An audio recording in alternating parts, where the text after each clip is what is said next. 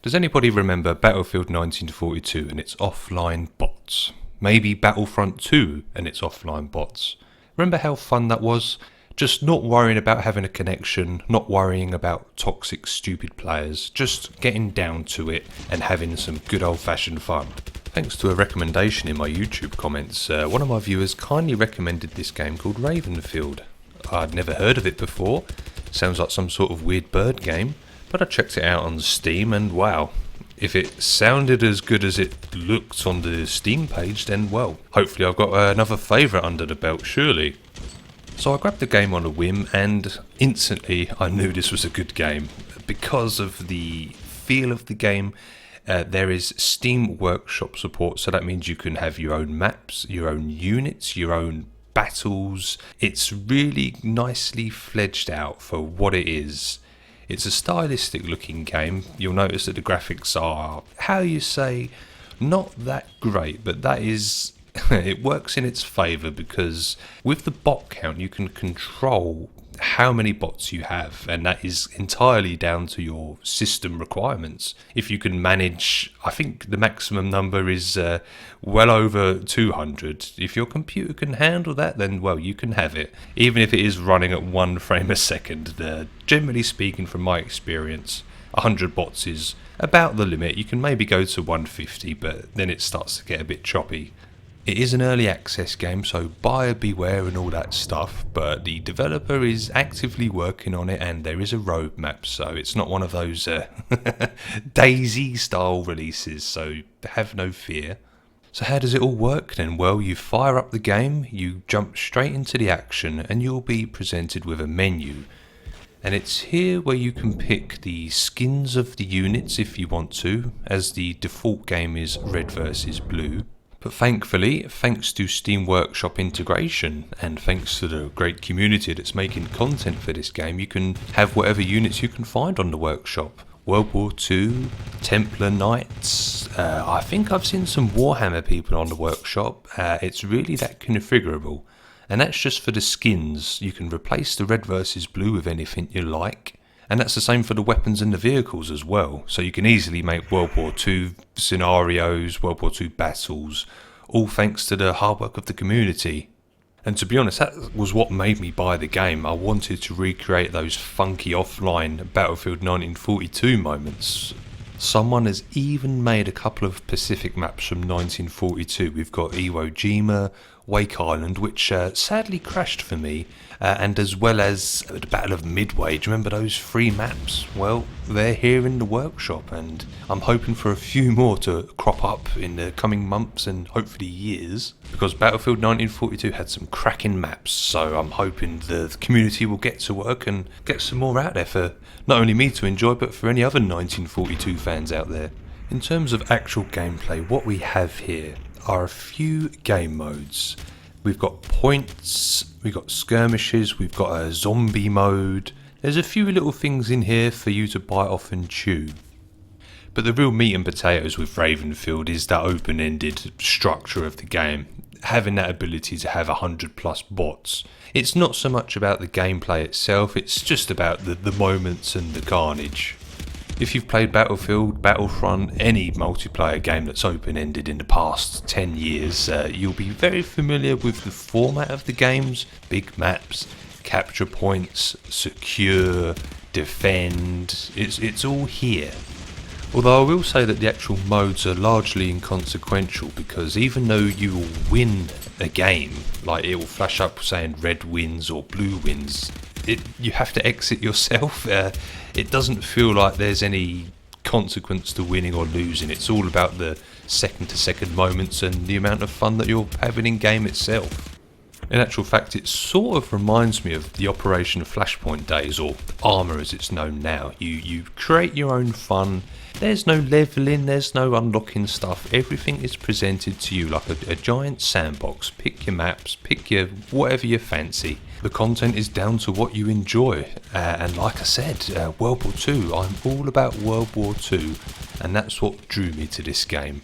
I love Thompsons, I love just Omaha Beach. Omaha Beach I can do all day long. Any game, I'm all about Omaha Beach. And yes, of course, this does feature Omaha Beach. Well, of course it does. It's got World War II content. What World War II game doesn't have Omaha Beach? Apart from Battlefield 5.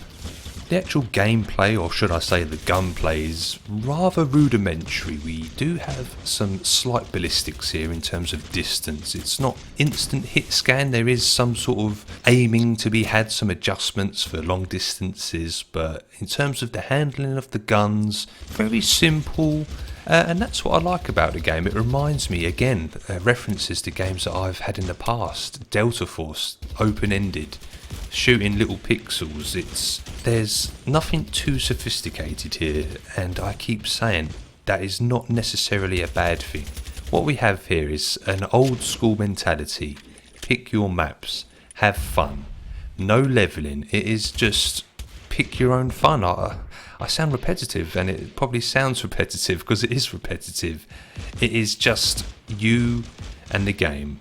There's no agenda, there's no anything untoward, certainly no loot boxes or anything like that. This is a game for when you're in one of those moods where you don't want to play an online game.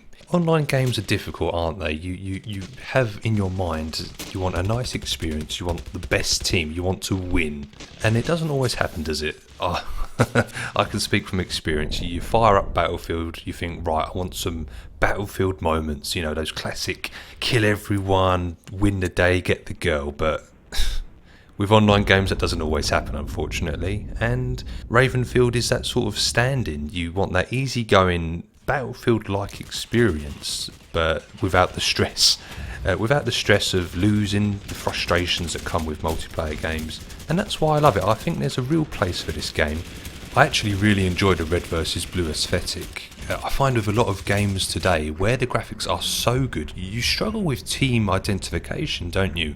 Unless there's big overhead icons for your friendly teammates, you can sometimes find it really difficult to see who's enemy and who's friendly.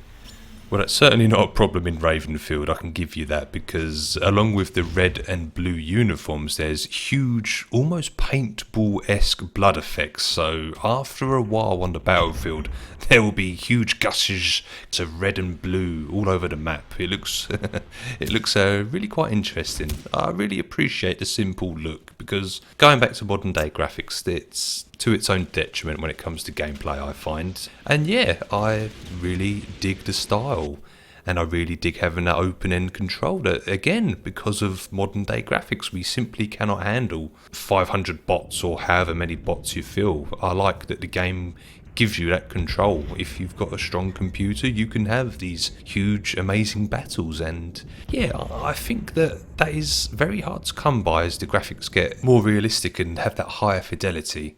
And saving the probably funnest feature till last is the slow-mo effect. On top of all of your Battlefield-like experiences, you can slow the gameplay down on the fly. So you can make it go from Battlefield 1942 to Max Payne 1942.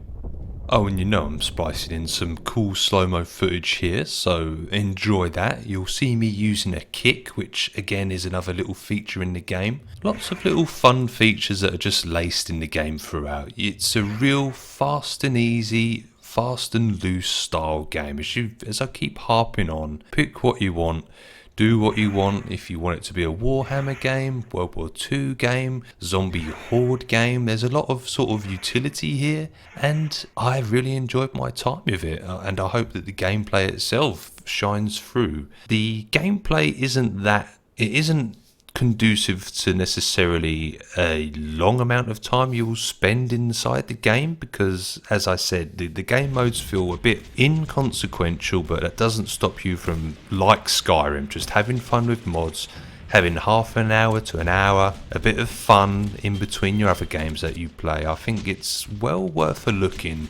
At the time of recording this, the game only cost me £11 and I've already had my fill, I've had my money's worth, and I can foresee myself having many more hours of just random casual fun. And this is what this game is, just casual fun, Battlefield-like experiences that can be controlled by you with no open-ended limit, and I recommend it to anyone that was ever a fan of those Battlefield bot games, Battlefront games. I've really cannot recommend it enough, and like I said, I recommend you give it a little look in. And hopefully the gameplay that I've captured here does it a bit of justice as well. A little bit more justice than my own words, because I'm new to reviewing games. It's my first try at doing this, so it's a new format for me.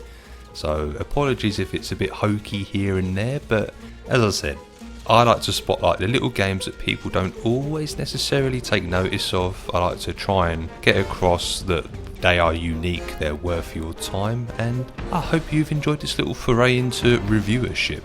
And yes, I'm making up words on the fly, so I'll end it here. Thank you for your time once again, and enjoy Ravenfield. Cheers guys.